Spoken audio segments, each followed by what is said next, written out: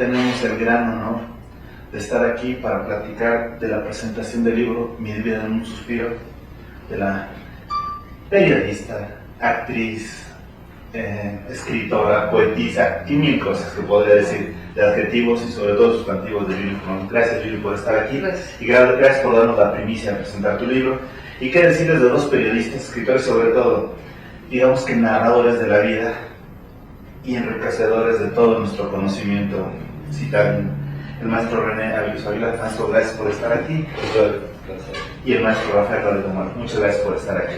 Maestro Loret, en el contexto de nuestro México, ¿cómo interpretar la obra autobiográfica de Yuli? Bueno, en el contexto de nuestro México yo destacaría primero que nada algo fundamental: las dificultades que tuvo Yuli para hacer llegar este libro al gran público.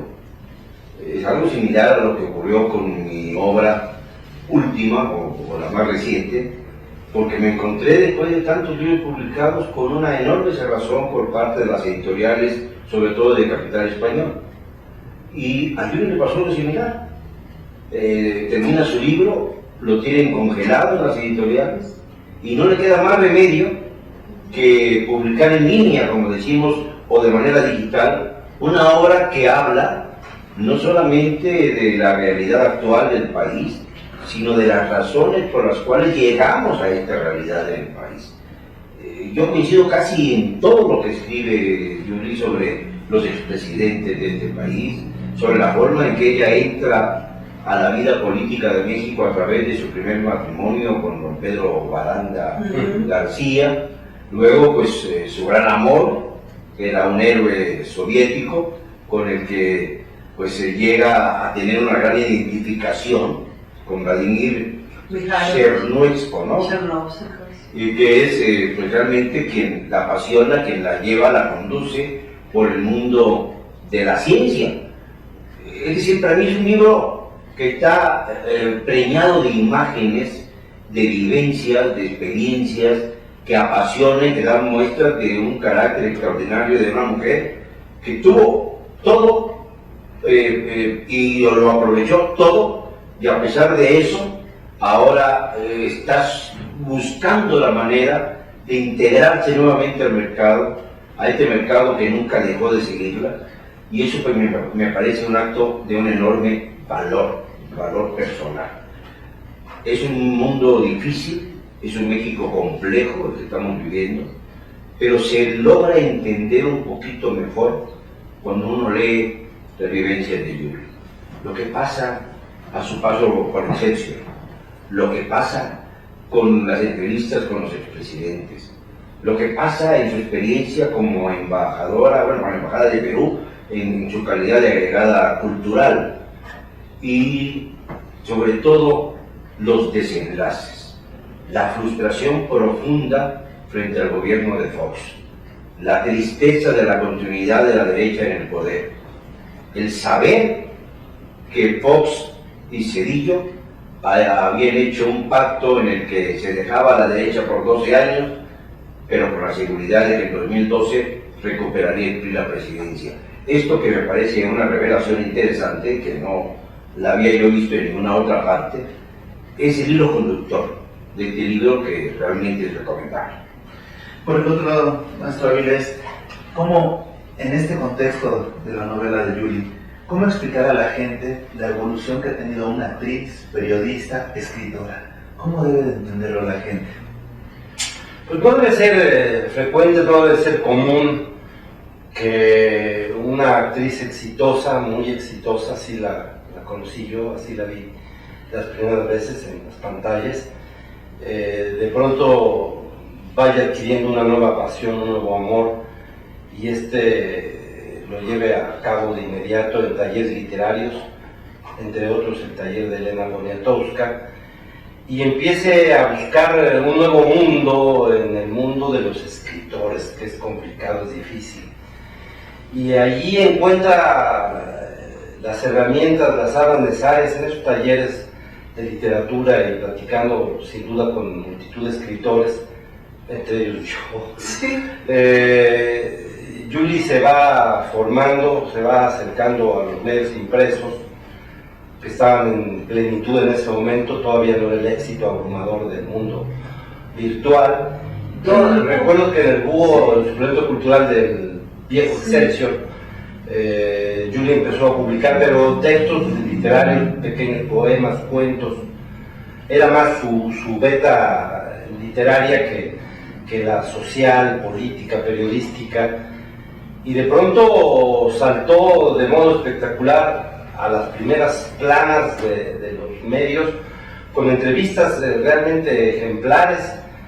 Recuerdo una que fue muy comentada, que produjo incluso envidias, eso no falla, entre los viejos periodistas que de pronto ven que alguien fallará, porque hay siempre envidias, celos, bueno, unas tormentas entre unos y otros que realmente llegan a molestar. Sí. Te acostumbras a ellas, ¿no? Sí, claro. Te acostumbras a ellas, pero no lo dejas de digerir mal.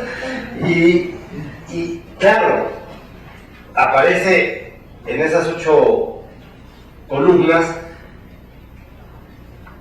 y viejos periodistas, en efecto, como bien dice Rafael, pues no acaban de digerir que de pronto una gente joven, impetuosa sí, pero joven, de pronto tenga ese éxito. Y así empieza a escribir entrevistas con mandatarios, con presidentes de la República, con funcionarios, con hombres de letras, en fin, es todo científicos. Y es una carrera rápida, brillante, la conduce a publicar libros. Estos se agotan, se desaparecen rápidamente. Yo espero que por razones de venta y no políticas. Yo creo que Julie, para un país como el nuestro, tiene, pues sería el defecto en ese caso, para nosotros una virtud, hablar con mucha sinceridad, decir las cosas como son por su nombre, en un ambiente más o menos corrupto, si no es que muy corrupto, y en un medio político degradado totalmente como es el sistema nuestro.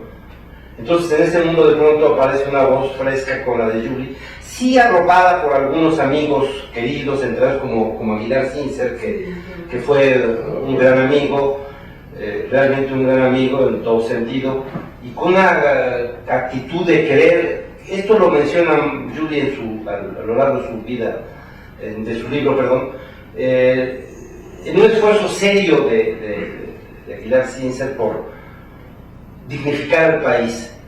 Si yo tengo la impresión, y después de la lectura del libro de Julie, la impresión que me da es que en efecto hubo algunas personas, no solo Julie y Adolfo, sino muchos otros que creyeron en la posibilidad del cambio, en la alternancia. Muy pronto descubrimos que había quedado en las peores manos, que en efecto había, como ya señaló Rafael, refiriéndose al mismo libro de Julie, una trampa mortal, ¿no? Y bueno, pues yo he visto derrumbarse todo, absolutamente todo. Yo creo que incluso la izquierda, que en ese momento parecía sólida o consistente, se derrumba porque se formó mal, y porque los partidos, y en este caso el PAN, que llega al poder, como bien lo dijo uno de sus más distinguidos miembros, ya muerto, ganamos la presidencia pero perdimos el partido. Hoy ese partido es prácticamente nada, no existe. Es asombroso que después de 12 años en el poder, si en lugar de fortalecerlo, si se degradó a tal nivel que entre el PRD y el PAN hoy en día pelean el número de disputas y de adjetivos que se lanzan unos contra otros. Yo veo en este libro de Julie, Mi vida en un suspiro, aparte de que está en efecto bien escrito, es la prosa de una escritora, de una mujer que tiene experiencia, que ha tenido trato con los libros, con los autores. Veo que hay una serie de revelaciones, como bien señalaba Rafael, importantes, políticas, que de pronto no se conocen, que los medios no tienen la fortaleza para denunciarla, y que lo dejan a la tarea, pues, aparentemente modesta, de los escritores, de los intelectuales, de los que sí vimos eso, pero no tenemos acceso a los medios de comunicación masivos. Yo creo que es un libro que vale la pena leer, definitivamente. Pero hay una cosa que me gustaría agregar a tus palabras, René. Fíjate que hace algún tiempo, y lo vivimos tú y yo, y seguramente Julie también, como que habíamos encontrado en el mercado literario una especie de ruta para poder exaltar más la crítica que lo que habíamos logrado en los periódicos. Es decir, aquello que nos era vetado en los periódicos, claro, podíamos trasladar al mercado literario con mayor facilidad. Y ahora nos encontramos en reversa de esta situación. Es decir, en el caso de Yuli, por ejemplo, me contaba hace un momento que incluso ya su libro digitalizado, por decir los términos modernos, ha sido ya hackeado. Y tuvieron que volverlo a formar. Es decir, esto revela hasta qué punto los factores del poder están interesados en que no se diga nada de la clase política nacional. Y esto es casi como perder, ¿qué te digo?, 30, 40 años de esfuerzos y de luchas en pro de la libertad de expresión. Me parece que esto debemos señalarlo y debemos apoyarlo. Yo por eso vine con un gran gusto a apoyar este libro, precisamente porque sé las dificultades terribles que pasan muchos autores para publicar cualquier libro que cuestione al poder gubernamental. ¿Entre ellos usted? Claro. Sí te entiendo bien, Rafael, porque en efecto cuando el periodista no encuentra salida a su artículo, a su reportaje, a su crónica por la censura no ha desaparecido, se ha cambiado, se ha generalizado, está allí. Simplemente ha aumentado su capacidad, pero uno encontraba en el libro una solución quizás no era la mejor, pero era un gran escape. Pero era un escape y había el investigador, el académico, que podía acudir a esas fuentes para hacer una investigación histórica de mayor profundidad, con fuentes ya fidedignas que fueron testigos, partes de esa historia. Entonces creo que uno de esos valores está allí, en haber hecho el libro, que pudo haber sido en efecto una nota, dos notas, un cuento, una novela. Es una autobiografía novelada que realmente atrae. La estructura es francamente interesante, atractiva. Y bueno, pues creo que hay algo que debemos señalar. No va a ser ni la última ni la primera vez. Rafael ha sufrido, y lo sabe porque viene de una genealogía de periodistas, de comunicadores de alto rango, y que fueron también perseguidos, que sufrieron incluso consecuencias graves. Y bueno, pues las cosas, estamos en pleno siglo XXI y no ha cambiado el panorama. Sí. Yuli se ve acosada, se ve perseguida, tiene que salir, ir, venir. Muchos amigos comunes, algunos de ellos han desaparecido, unos porque murieron, otros porque prefirieron retirarse antes de que su vida siguiera peligrando. Y también el paso de altos políticos del país que hicieron mucho daño y que tampoco se ha clarificado bien hasta la aparición de este libro. Es que en materia de libros, René, los políticos apostaban a una cosa, a que el pueblo de México no lee. Exacto. Y empezaron a equivocarse porque se dieron cuenta de que algunos libros de crítica política pues se rebasaban los 100.000 ejemplares en la época, sí, como en tu caso, en la época de mayor gloria, digamos, de la literatura política.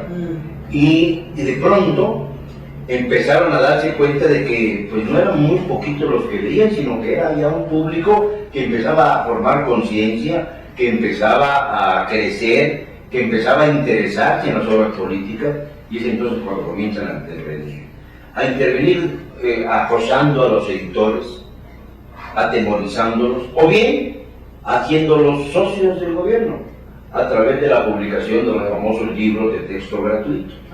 Tenemos una Comisión Nacional de Libros de Texto Gratuito que supone que debe ser la encargada de publicar pues millones de ejemplares al año que llegan a los niños y a los jóvenes, pero no se da abasto, solamente publica el 10% de la demanda nacional y el 90% la distribuyen hacia las editoriales pues que más les conviene. Antes no eran precisamente las editoriales que publicaban libros críticos, pero ahora sí son las editoriales que publican libros críticos o que los publicaron en el pasado. Y entonces esto limita aún mucho más la posibilidad de publicar un libro que cuestione severamente a los órganos del poder. Fíjate que, por ejemplo, en otros países, en España, yo veo que te subes al vagón del metro y hay 4, 5, 6 que llevan su tablet, porque ahora hay la moda del tablet, que bajan los libros por el sistema digital y están leyendo. Están leyendo.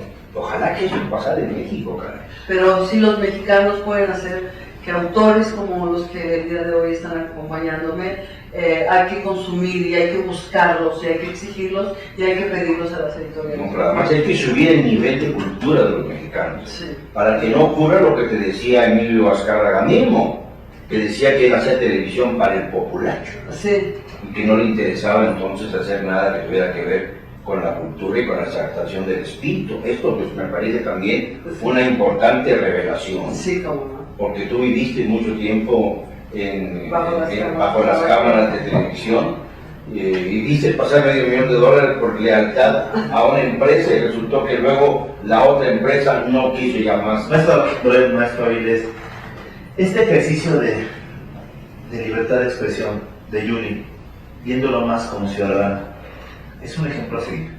Yo pienso que sí. Yo creo que es un ejemplo a seguir no solo para los periodistas, los intelectuales, los escritores, el mundo que está más vinculado a la cultura y a la política, sino para que el simple lector vea.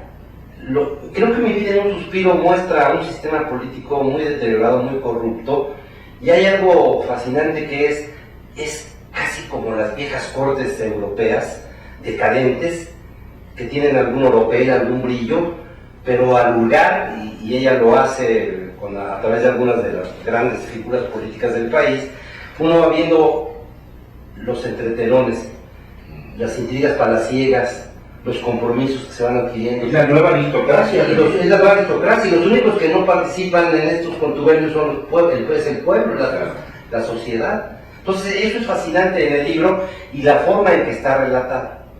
Es decir, hay habilidad para mostrarnos ese mundo que sí, aterra. Bueno, a mí lo que me apasiona del libro fundamentalmente es el hecho de que está contando su vida, pero su vida reflejada en una sociedad que la acoge con un gran cariño, pero que al mismo tiempo la lastima por tanta corrupción que observa. Esto es algo muy importante, muy interesante desde el punto de vista. Yo diría que incluso podría hasta cambiar el título del libro, en lugar de Mi vida en un suspiro, es Mi vida dando suspiros. Porque además de que provocaba muchos suspiros, y lo sigue provocando, su vida está llena de pasiones intensísimas, y no deja nada en el tintero, es decir, se lo cuenta todo, Sí. ¿cierto? Eso es lo fascinante. A eso me refería cuando empecé a hablar, hace un momento, que ahí hay audacia, hay valor, hay coraje, y eso no cualquiera lo tiene. Es un país que también ha aprendido algo muy negativo, que es a fingir demencia, a no hablar con la verdad, a respetar en exceso a las figuras públicas cuando hay que criticarlas. Creo que esa es una ventaja que tiene Yuli. Yuli sabe que el periodismo, que las letras, que la palabra es para hacer algo, que mejorar a la sociedad, mejorar al país. Entonces ahí hay críticas en efecto severas, interesantes, con la senadora Rafael Loret de Mola, y desde luego pues el mostrarle a un amplio público, que seguramente lo tendrá, cuáles son los entretelones del poder en México, de un sistema político que ya no da más.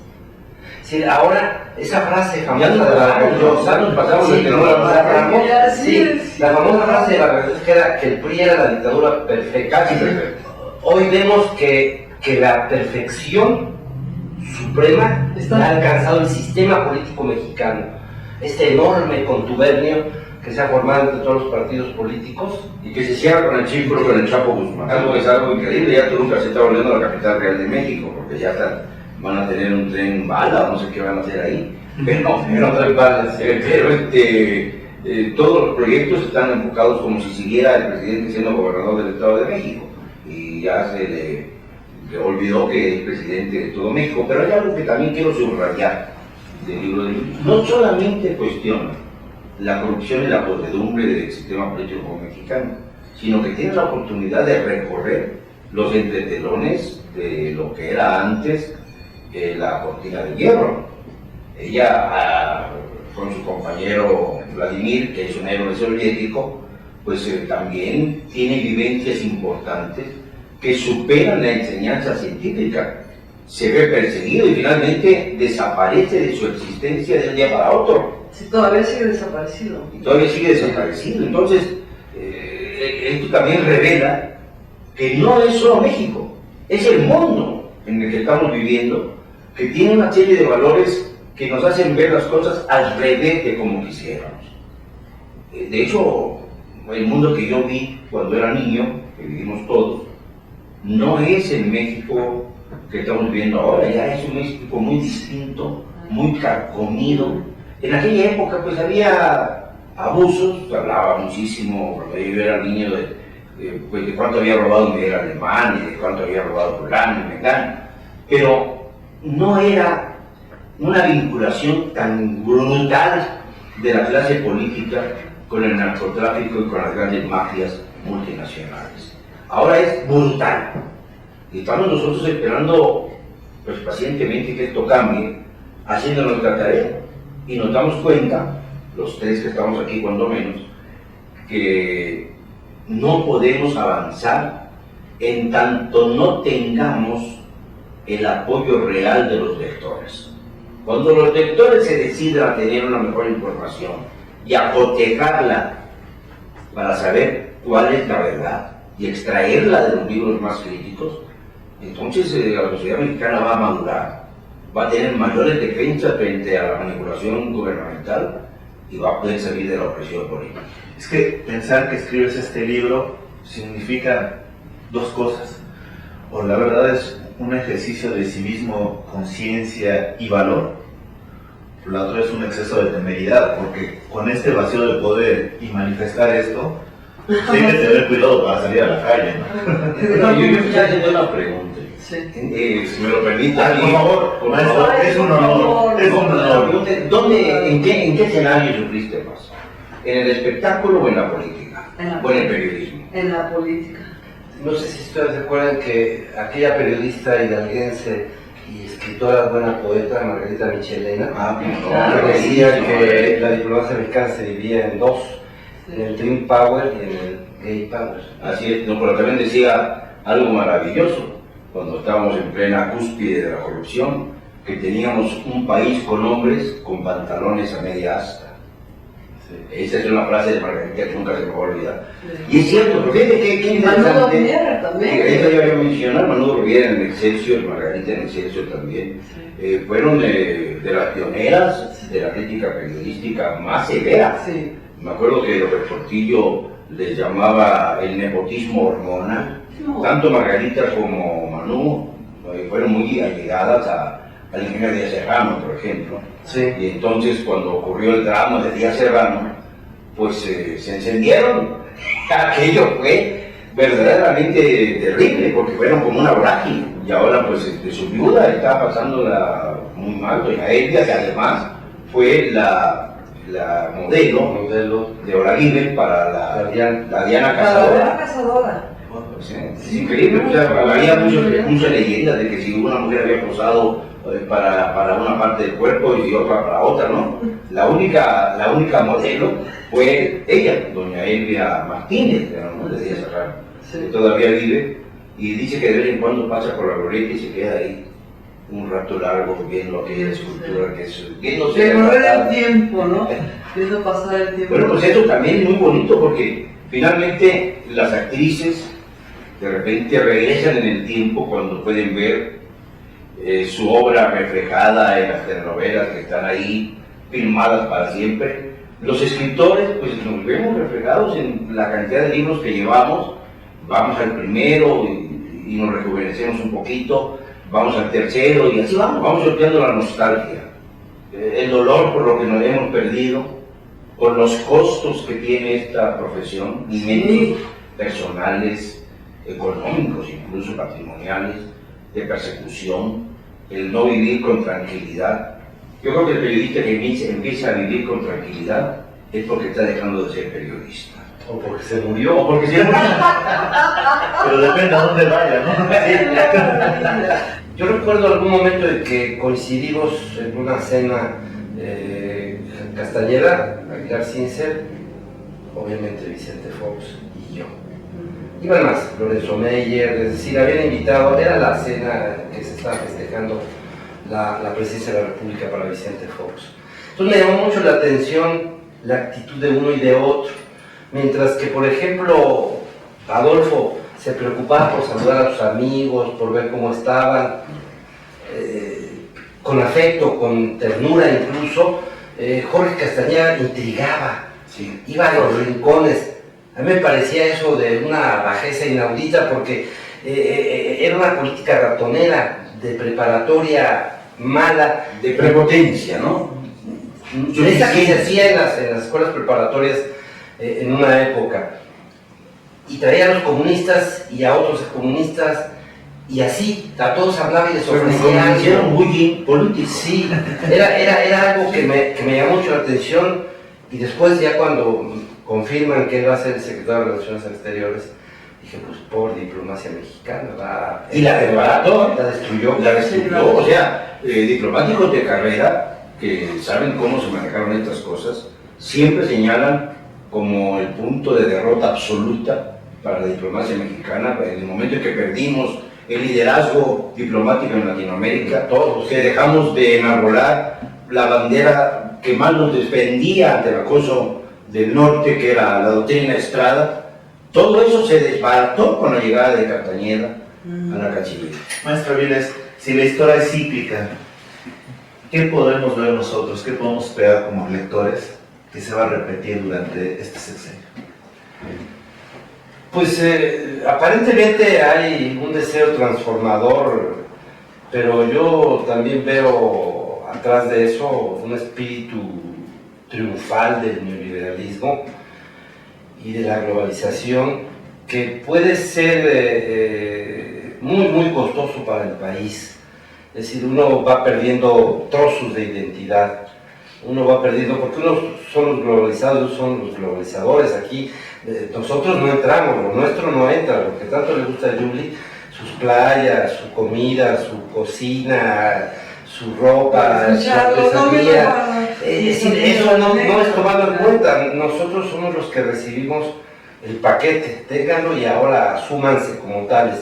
Y no le veo al gobierno actual, debido a las lecturas anteriores y a lo que ha estado explicando Julie y Rafael, también aportando información, pues no va a haber ningún cambio, ninguna modificación. Yo creo que al contrario, se va a consolidar este PRI que probablemente le suprima la R.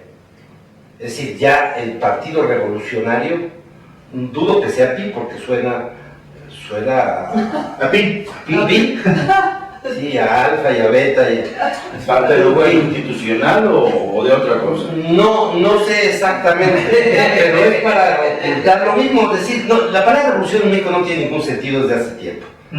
Yo desde el 68 he insistido en que no hay revolución mexicana, ya murió, ya es una falacia. Yo diría que estamos en implosión. Y ahora, bueno, pues con lo que vemos actuar a Peña Nieto, el nuevo PRI, o al PRI sin la R, yo creo que pues yo no veo ningún rival desde ahora para ese partido dentro de 6 años. Se va a eternizar nuevamente, otro periodo largo, otro porfiriato de unos cuantos años más, hasta que se produzca en efecto un hartazgo definitivo que pueda expulsar a todos estos tipos. No, pero si utilizamos la R le podemos poner partido rubia para que compite con Morena. Esa sería una solución, una canalización. Claro, y le dejas la R, Y le deja la R, partido rubia. para utilizar la papelería.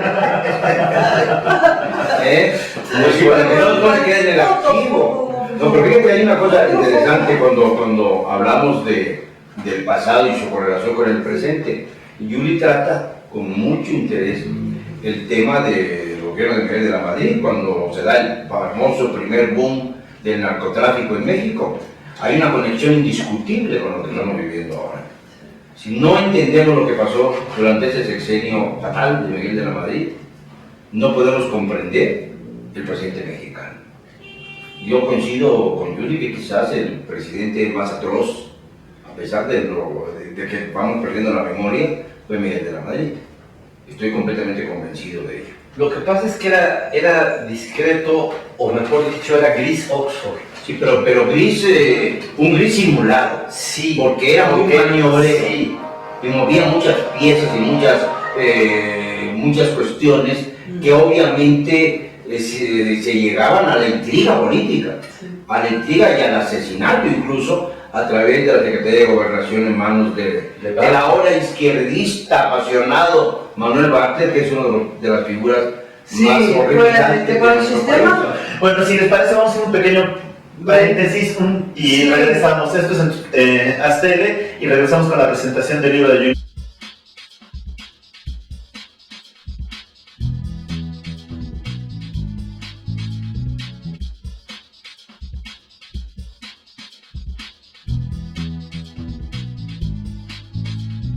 Regresamos aquí, amigos de Aztele, regresamos a seguir platicando con el maestro Rafael Loreto Mola.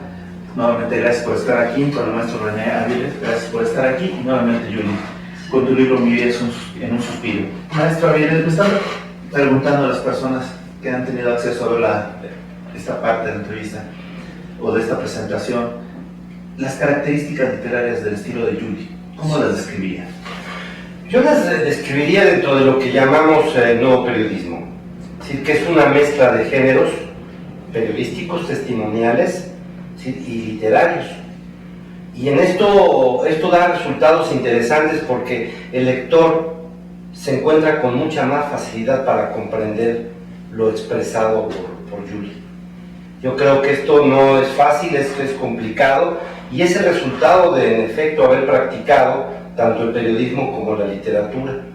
Entonces, cuando hablo de sencillez, no me refiero a simplismo, me refiero a un estilo llano, directo, que prefiere no recurrir a las imágenes para no complicar, o a teorías para no complicar el texto. Lo que le importa a Yuli decir, hablar de los personajes, pues algunos de ellos muy siniestros. Aquí hablamos de los buenos, pero se nos queda en el tintero infinidad de personajes horrorosos de la política nacional y de la vida incluso intelectual. Y yo creo que eso es lo que hay que celebrar, de la manera en que Yuli se puede comunicar, así como se comunicaba de actriz con el público, pues ahora lo hace muy bien a través de la escritura, resultado seguramente de sus talleres literarios en los que participó. Y maestro Loret, me están comentando, en este momento regresa el PRI, está la obra de Yuli. ¿Qué tanto podemos utilizar de la obra de Yuli para entender la realidad? Pues es lo que hacíamos hace un momento, una reflexión acerca de cómo el pasado tiene que ver con el presente.